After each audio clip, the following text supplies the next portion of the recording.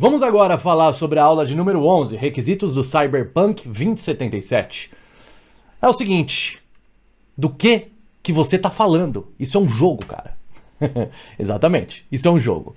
Mas antes de falar sobre isso, a gente tem que falar do hardware. Afinal de contas, os requisitos do Cyberpunk para você rodar esse jogo aí na sua máquina, não estou louco, fica comigo que você vai entender onde eu quero chegar. É necessário você tenha um hardware de qualidade. O jogo Cyberpunk 2077 é considerado um dos jogos mais pesados da atualidade, pelo menos quando eu aqui estou vos falando. Talvez amanhã, depois, jogos mais pesados nasçam e já deve ter, na verdade. Isso se dá pela sua alta qualidade. Qualidade gráfica, tamanho de jogo, enfim, tanto gráfica, como eu disse, quanto o jogo em si, que é grande. Para rodar essa obra de arte, esse jogo, esse software, é preciso ter uma senhora máquina. Ou seja, um baita de um hardware. Rodrigo, ainda não faz sentido. Calma lá. O que é hardware? Parte física de um computador. São os aparatos eletrônicos. Isso aqui é um hardware. O meu teclado é um hardware, de certa forma. É um periférico de entrada, para ser mais exato. Mas aqui, para ficar mais didático, vamos lá. Hardware é a minha placa de vídeo. Hardware é o que eu encosto, o que eu pego. Hardware a gente chuta, certo? E o software? O que é o software? O software é o conteúdo a ser interpretado por um computador. O hardware a gente chuta. O software a gente xinga. Decorou? Agora vai para sua vida. Então vamos lá. Aí eu pergunto uma coisa para você, então, para rodar um software de muita qualidade, eu preciso de um hardware de qualidade, correto? Até aí, todo mundo concorda, beleza. Aí eu pergunto para você, o seu hardware, como é que anda? Pô, Rodrigo, eu passo um POC no meu PC, tá, mas eu não tô falando do seu PC, tô falando de você, sua máquina, você, como que anda o seu hardware? Ele consegue rodar software pesado? Será que a sua saúde física tá boa? É disso que eu tô falando. Corpo e mente. Hardware e software. O objetivo aqui vai ser relacionar o desempenho produtivo mental, raciocínio, memória, etc. com a sua saúde física. Não, Rodrigo, para. Tem um monte de gente aí que tem uma saúde ruim. Vamos falar agora sobre obesidade mórbida, obesidade que, de fato, estamos falando de medicina, aquela que faz mal. Conheço várias dessas pessoas extremamente inteligentes, isso não é relacionado. Essa pessoa era para ser mais inteligente. De novo, não subestime olhando para o resultado atual, era para estar melhor, ok? Lembra, aquele rapaz que viveu até 80 anos fumando. Cigarro, então, não faz mal. Quem disse? Era para ter vivido talvez até 100. Não subestime. Se você quiser ter um bom raciocínio, capacidade de tomada de decisão, se destacar em todos os aspectos da sua vida, ter a mais alta performance que você pode ter dentro do seu corpo, sinto informar que, com a saúde não estando em dia, vai ser muito mais difícil. A gente vai chegar aqui nos métodos comprobatórios que eu vou lhe apresentar. Ainda vai ser possível, claro que é possível. Como eu disse, existem exemplos. Mas se a sua saúde física estiver em dia, o resultado vai ser muito mais satisfatório. Ok? Vamos falar de fundamentos do que eu estou falando sobre como cuidar da sua saúde física. Agora vão vir vários baques e várias revelações aqui para a sua vida. Se é que você se importa com a sua saúde física. Eu me importo. Primeira coisa, você tem que ter conhecimento. Você tem que saber da existência das possibilidades, o que de fato faz bem, o que de fato faz mal. Não é? E, afinal de contas, a ignorância no aspecto de saúde física não é uma benção. Isso vai acabar com a nossa vida. Muitas vezes a gente chega lá na frente, nosso leito de morte, poxa, o que será que aconteceu para eu ter abreviado a minha vida? Pera lá, adquira conhecimento agora, para você não fazer essa pergunta lá na frente. E mesmo assim é difícil, ok? Então fuja daquela frase que a ignorância é uma benção, ok? Por exemplo, a salsicha. Ah, melhor nem saber como é feito. Rapaz, saiba, evite.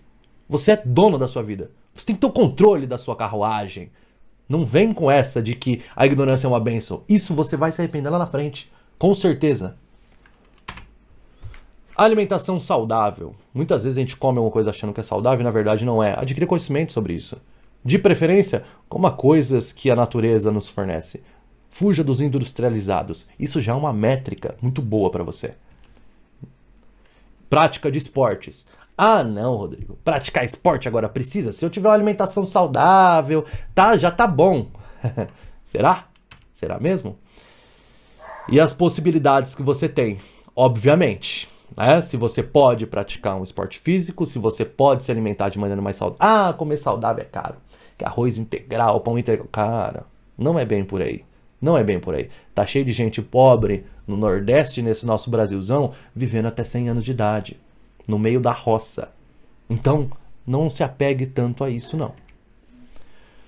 O cigarro.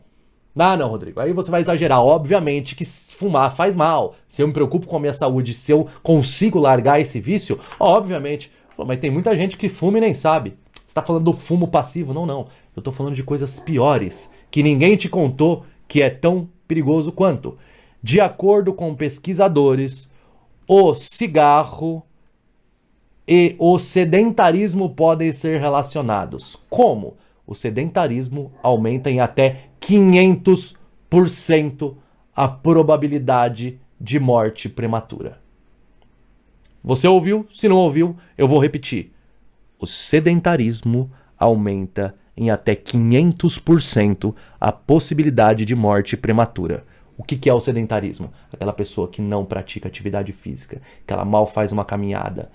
Meu amigo, atente-se aqui comigo uma coisa, muito importante. Nosso corpo humano foi feito para ficar muito mais de 8 horas de pé, desempenhando trabalho físico. Quando a gente veio ao mundo, existiam ovelhas a serem pastoreadas por nós, existiam lavouras a serem cuidadas por nós, gado a serem tocados por nós, animais que a gente deveria caçar é o dia inteiro de pé. Não ache você que uma caminhadinha de 30 minutos já vai te deixar totalmente bom se você trabalha sentado. A nossa geração é perigosa, a gente precisa praticar muita atividade física para de fato sair do sedentarismo, ok? Atente-se a isso, até 500% de morte prematura, entendeu? Ou seja, não se exercitar regularmente traz mais prejuízo para a saúde do que o tabagismo, diabetes e doenças cardiovasculares. Revela estudo publicado, agora vem a ciência, não é a palavra do Rodrigo. Estudo recentemente publicado no periódico JAMA Network Open. É estudo, é ciência. Então fica aqui a minha pergunta. Se você não fuma por medo de prejudicar a saúde, por que você é sedentário? E o sono? A prática de atividade física melhora e muito a qualidade do seu sono. E acaba refletindo em todas as áreas da sua vida. Se você se exercita, se você pratica atividade física, você vai dormir bem. Vivo falando para os meninos aqui dentro. Passo o dia inteiro enchendo laje, rebocando uma parede, na obra. Eu quero ver você dormir mal. Só se for por causa de dor. E olhe lá. Vamos falar mais a respeito de estudos. E aqui, vem comigo, porque não é o Rodrigo, ok? Fiz algumas pesquisas para encontrar embasamento científico que relaciona a saúde física com a mental. Entendeu isso? Ou seja, estamos falando de raciocínio, memória, capacidade de tomada de decisão, ok? E eu encontrei muito rapidamente vários. E eu vou destacar alguns somente. Se alguém se interessar, dá um Ctrl C e procura na íntegra. Número 1. Eu não vou ficar falando porque tem mais outro, e mais outro, e mais outro. Esses aqui eu achei em 2 minutos. Se você falar que se você melhorar a sua saúde física não vai ter nada a ver com a sua saúde mental, eu espero que você tenha no mínimo alguns doutorados fora do Brasil para poder estar falando isso. Porque esses caras que fizeram esses estudos, eles têm. Como que eu consigo aplicar isso na minha vida? Rodrigo, se eu passar a praticar atividade física, amanhã eu vou conseguir de fato enxergar alguma melhora na minha vida? Amanhã não sei, mas 2, 3 semanas já começa. Como? Onde que eu vou ver? Te dar um exemplo, numa reunião, por exemplo, que começa 8 horas da manhã da segunda-feira. Como é que você entra nessa reunião? Você tá bem? Você tá disposto? Você tá motivado? Ou você ainda tá daquele jeito? Bom dia, galera. Tô tudo bom? Desculpa, é segunda-feira de manhã, sabe como é que é, né? Aí todo mundo dá risada. Legal, bacana, muito bem humorado, mas para produtividade e alta performance, sinto muito. Então, está provado que seu desempenho não é equivalente, a não ser que você pratique atividade física. Falar de si mesmo depõe, mas uma prática que eu tenho muito boa, que eu gosto, é praticar a minha atividade física entre as 5 horas da manhã e 8 horas da manhã, entre outras atividades que eu faço. 8 horas da manhã da segunda-feira, eu já estou alucinado, pronto para a guerra. Então adota isso para sua vida, por que não? E o seu raciocínio, ele é mais rápido ou mais lento se você está motivado, acordado, exercitado? Claro que ele vai ser mais rápido, isso é óbvio. Então, em tudo isso você vai conseguir notar a diferença com pouco tempo de atividade física, algumas semanas. Sua preguiça vai na mesma linha de raciocínio. Quem pratica mais atividade física tem um sono de maior qualidade, dorme a quantidade correta, a preguiça vai embora. E o cansaço com ela. Uma máquina veloz. Do que eu estou falando? O raciocínio aqui é simples. Se você está bem, seu aumento na produtividade e satisfação pessoal aumentam juntos. Isso significa ser mais eficiente. Sem contar que quem é mais eficiente tem mais tempo para alcançar as suas metas. Fazer mais com menos. O que significa isso? Do que você está falando exatamente, Rodrigo? Uma pessoa que demora 3 dias para fazer X, se eu conseguir ser mais produtivo, aumentar a velocidade da minha máquina e conseguir fazer esse mesmo X em 1 dia, eu sou mais veloz. 1/3, Rodrigo, 1/3. Isso realmente, mas é claro que isso é palpável. Eu estou falando que em 10 anos você vai abreviar em 3 anos. Em 10 anos você fez muito mais que aquela outra pessoa que não é veloz. Logo, você viveu mais e melhor. Vamos fixar isso na nossa cabeça, certo? Será percorrer os seguintes passos. Isso daqui, se você estiver disposto de fato a dar um boom aí na sua vida de saúde física, a não ser que você já pratique, aí tá tudo bem, muito parabéns, continue. Ou até proponho, aumente a quantidade. Por que não? Como eu disse, somos feitos para ficar o dia inteiro ali na labuta. Ou ir para academia uma vez só no dia é bom demais. Mas se você quiser ir 2 ou 3, não tem problema nenhum. Seu corpo, sua saúde, sua mente agradece. Então, se você estiver disposto a dar um boom, a dar um gatilho nessa sua vida, segue esses passos aqui. Isso daqui é uma receita de bolo que vai fazer com que você não entre para aquela estatística de acionistas de academia, que começa uma atividade física e depois para. Mas anota, porque é uma receita de bolo eficaz. Tenha uma meta realista. Realista. Não 3 meses, Schwarzenegger. Aí, essa é a minha meta. Não, cara. Você vai se frustrar e vai desistir. Então, tenha metas realistas. Vou pra academia. Pretendo ficar 3 meses e perder 1 quilinho. Perder alguns centímetros de circunferência. Conseguir correr.